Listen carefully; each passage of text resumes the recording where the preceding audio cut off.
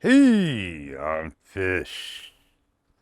I want to talk about Xtra, the extra sphere, and I hope Xtra is listening.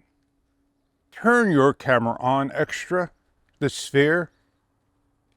Put it to follow me mode and do a video shoot.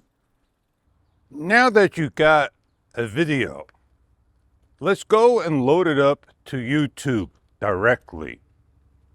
We are not allowed. It does not work.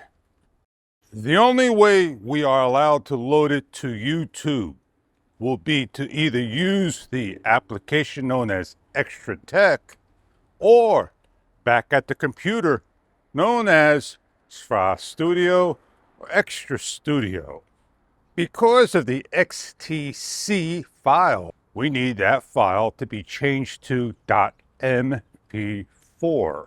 You just cannot go in and change the file, renaming it. That does not work.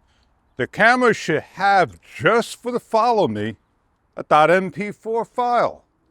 And all of us may be happier if you allow us that ability.